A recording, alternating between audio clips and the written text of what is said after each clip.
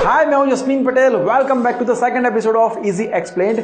Last video के अंदर हमने बात की थी रोलेक्स के बारे में कि रोलेक्स की घड़ियों को किस तरीके से बनाया जाता है, उसकी क्या हिस्ट्री है, उसकी प्राइस इतनी ज़्यादा क्यों होती है। अगर आपने वो वीडियो नहीं देखा है तो लिंक डिस्क्रिप्शन में दिया हुआ है, जाके देख लीजिए। आज हम एक ऐसी ही ब्रांड के बारे में बात करने वाले हैं, एक ऐसी कंपनी के बारे में बात करने वाले हैं जो दुनिया की जो सबसे महंगी, सबसे पॉपुलर ब्रांड्स हैं उनमें से एक है। नाम है लुई विटॉन। आप में से कुछ लोग लुई विटॉन के बारे में जानते होंगे, कुछ लोग उसकी प्रोडक्ट यूज भी करते होंगे, दीवाने होंगे उसके, और जिनको नहीं पता है उनको हम आज बताएंगे। ये कंपनी फैशनेबल चीजें लाइक गॉगल्स, कपड़े, शूज, बैग्स ये सब बनाती है और बहुत ही ज्यादा दाम में बेचती है और लोग खरीदते भी है, लेकिन उसके अपने कुछ फंडे हैं, वो हम आगे बात करेंगे। दुनिया में जितनी बड़ी बड़ी ब्रांड्स है, हमको सुन के कभी कभी खास करके उनकी प्राइस को देख के लगता है कि इसमें ऐसा क्या खास है, मतलब इतना भी क्या आएगी, लाख करोड़, 2 करोड़, 50 करोड़, ऐसे इसकी प्राइस क्यों होती है। लेकिन जो भी है, ऐसी चीज़ों की भी डिमांड है और लोग खरीदते हैं। कभी कभी लोगों को वेट भी करना पड़ता है और इनकी जो डुप्लीकेट चीज़ें मार्केट में घूमती है, फर्स्ट कॉपी, सेकंड कॉपी, वो भी बड़े धूम धड़ाक से बिकती है, तो उनकी भी काफ़ी डिमांड है। यानी आज हम ओरिजिनल लुई विटॉन के बारे में बात करने वाले हैं, तो शुरू करते हैं फिर आज की बात है। इस ब्रांड की कहानी शुरू होती है फ्रांस में, जब 1858 में 21 साल के एक लड़के ने, जिसका नाम लुई विटॉन था, उसने एक ट्रंक बनाई। सी, ये जो ब्रांड के बारे में आपको बता रहा हूँ, उसके साथ साथ इसके पीछे एक इंस्पिरेशनल स्टोरी भी है, इसको आप याद रखना हमेशा के लिए। जैसे हमने रोलेक्स में बताया था कि एक बंदा जिसके पास नॉर्मल घड़ी खरीदने के पैसे नहीं थे, उसने रोलेक्स को खड़ा कर दिया। तो आज की कहानी बिल्कुल उस तरीके की है। हुआ है वो कि 1837 में वो पेरिस आए थे काम की तलाश में। तो यहाँ पर एक ट्रंक बनाने वाले भाई साहब ने उनको काम सिखाया, ट्रंक्स बनाना सिखाया, बैग्स बनाना सिखाया। उस टाइम पे उनकी उम्र थी सिर्फ 16 साल।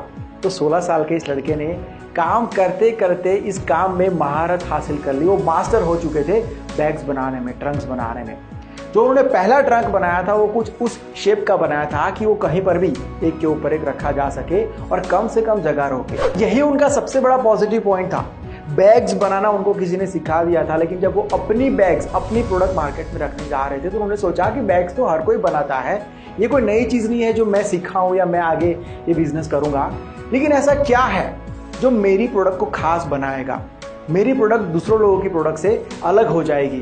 तो उन्होंने देखा कि मार्केट में जो बैग्स है वो काफ़ी प्रॉब्लम्स है उसके अंदर, कि लोग कपड़े भरते हैं, ट्रैवलिंग करने के बाद कपड़े खराब हो जाते हैं, बैग्स खुले हुए रहते हैं, लोग ठीक से पकड़ नहीं पाते हैं, काफ़ी दिक्कत होती है। तो ये सारे प्रॉब्लम्स दूर हो पाए, उस तरीके से उन्होंने अपनी बैग को डिज़ाइन करना शुरू किया, बनाना शुरू किया।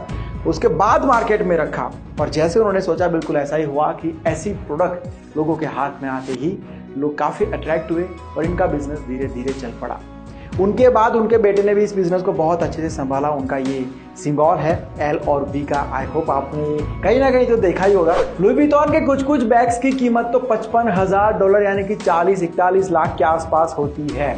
अब जानते हैं कि इनकी प्रोडक्ट इतनी महंगी क्यों होती है। तो सबसे पहली बात और सबसे यूनिक चीज़ कह सकते हैं कि बाकी कंपनीज जो अपनी प्रोडक्ट मार्केट में रखती है, तो वो लोग ये देखते हैं कि जितना हो सके उतना इसकी प्राइस को हमें कम करना है ताकि लोग इसको खरीद पाए। इसलिए वो लोग जहाँ पर भी बेचना चाहते हैं उसके नज़दीक में कहीं पर अपना प्लांट लगाते हैं, प्रोडक्शन हाउस बनाते हैं, ताकि वो जो कॉस्ट है वो बच जाए लोगों तक पहुँचाने की। लेकिन लुई विटॉन का ऐसा नहीं है। जब से शुरुआत की है इन्होंने, तब से आज तक इनके प्रोडक्ट फ्रांस में ही बनते हैं। उसके बाद पता नहीं कहाँ कहाँ ये लोग बेचते हैं, लेकिन बनेंगे तो फ्रांस में ही, ये इनका तय है। तो ये भी एक बहुत बड़ा रीज़न है। दूसरा बड़ा रीज़न ये है कि लुई विटॉन की काफ़ी चीज़ें, खास करके कपड़े और बैग्स की बात करें तो उनके कारीगर खुद सिलाई मशीन पर बैठकर उनको बनाते हैं अपने हाथों से। बाकी कंपनीज की तरह नहीं कि ज़्यादा प्रोडक्ट बनाने के चक्कर में मशीन्स में प्रोग्रामिंग करके रख दिया और प्रोडक्ट बस बनते ही जा रहा है और मार्केट में बिकते जा रहा है। नहीं, तो ये भी एक बड़ा रीज़न है उसकी प्राइस बड़ा होने का। तीसरा बड़ा रीज़न ये है कि लुई विटॉन की कोई भी चीज़ आपको कहीं पर भी सेल या फिर डिस्काउंट में नहीं मिलेगी। चाहे फिर आप कितना भी खरीद लो, कितनी महंगी भी खरीद लो, लेकिन उसका जो ओरिजिनल प्राइस होगा, जो टैग लगाया होगा, वही आपको देना रहेगा। और इनको ज़रूरत ही नहीं है, वो लोग ऐसा चाहते ही नहीं है कि हमारा प्रोडक्ट ज़्यादा से ज़्यादा बिके। नहीं, जो बिके हमारी कंडीशंस पर बिके। अगर आपको पसंद नहीं है तो भाई साहब आप जा सकते हैं दूसरी जगह पर लेने के लिए, लेकिन अपनी प्राइस ये लोग कम नहीं करते हैं। खास करके सेल के अंदर तो बिल्कुल ही नहीं बेचते हैं। और ऐसा नहीं है कि लुई विटॉन कंपनी ने सिर्फ दिखाने के लिए या फिर शो ऑफ करने के लिए ये सब टर्म्स एंड कंडीशन रखे हैं कि हम ऐसे काम करते नहीं। ये जो एक्सीलेंस है, ये इनका जो परफेक्शन है, ये पहले से लुई विटॉन जब अकेले काम करते थे जब उन्होंने शुरुआत की थी तब से इस एक्सीलेंस के साथ वो काम करते, यही उनका मिशन है, यही उनका विजन है कि हमको परफेक्ट मार्केट में प्रोडक्ट रखना है।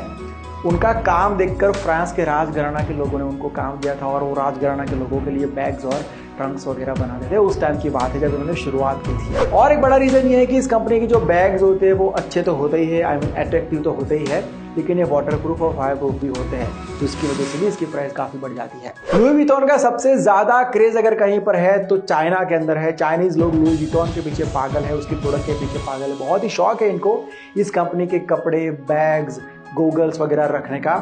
1992 से ऐसा है, वहाँ से इनका क्रेज चला आ रहा है और पूरी दुनिया के अंदर आज भी जितना सेल लुई विटॉन का होता है उसका 40% तो सिर्फ चाइना में हो जाता है। और इन सबसे ज़्यादा यूनिक, इन सबसे ज़्यादा स्पेशल जो फैक्ट है इस कंपनी का, जो पॉलिसी है वो ये है कि जो प्रोडक्ट बच जाते हैं, मतलब 2011 के लिए बनाए और 2011 में नहीं बिके और 2012 के एडिशंस आ चुके हैं, तो वो लोग जो बच गए प्रोडक्ट उनको ऐसा नहीं है कि थोड़ा सा प्राइस कम करके मार्केट में बेचेंगे, अब इतना मेहनत करके बनाया ही है तो बेचेंगे, ऐसा नहीं है।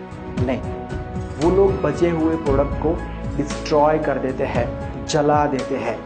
हाँ, ऐसा इसलिए करते हैं क्योंकि वो लोग अपनी जो ब्रांड वैल्यू है उसको कम नहीं करना चाहते। वो लोग नहीं चाहते हैं कि लोग वेट करें कि कब प्रोडक्ट का दाम कम हो और खरीदे। दूसरी बात ये कि उनकी प्रोडक्ट का कहीं पर गलत इस्तेमाल नहीं होना चाहिए। लोगों को उनके जहन में रहना चाहिए कि ये 40 लाख की बैग मैंने खरीदी है, 35 में या लाख रुपए में या फिर 50,000 में नहीं खरीदी है, तो उसकी वैल्यू लोगों के दिमाग में रहनी चाहिए कि कितनी महंगी है।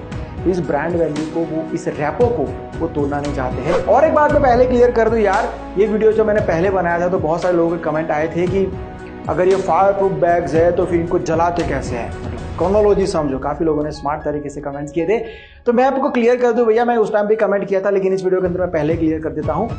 कोई भी चीज़ फायर प्रूफ होती है, वाटर प्रूफ होती है, बुलेट प्रूफ होती है या फिर जो भी प्रूफ होती है, वो एवरेज कंडीशन के अंदर, हमारी आम जो ज़िंदगी होती है उसमें जो सर्कमस्टांसेस होते हैं उसके लिए बनी होती है कि इस घड़ी को पानी में कुछ नहीं होगा। लेकिन अगर उस घड़ी को पानी से ख़राब करना चाहते ही हो आप कैसे भी करके, तो ख़राब कर सकते हो एक्सट्रीम कंडीशन के अंदर, रेयर सिचुएशन के अंदर। बिल्कुल उसी तरीके से कोई चीज़ अगर फायर प्रूफ है तो नॉर्मल कंडीशंस के अंदर, नॉर्मल आग के अंदर वो नहीं जलेगी, लेकिन एक्सट्रीम हीट करके आपको जलाना ही है, डिस्ट्रॉय करना ही है, आग से ही डिस्ट्रॉय करना है, तो आप फायर प्रूफ चीज़ों को भी जला सकते हैं। ओके, देन आज की बात यही तक रखते हैं। उम्मीद करता हूँ आपको ये वीडियो पसंद आया होगा। अगर पसंद आया है तो लाइक और शेयर जरूर करना यार, और कमेंट करके बताना कैसा लगा।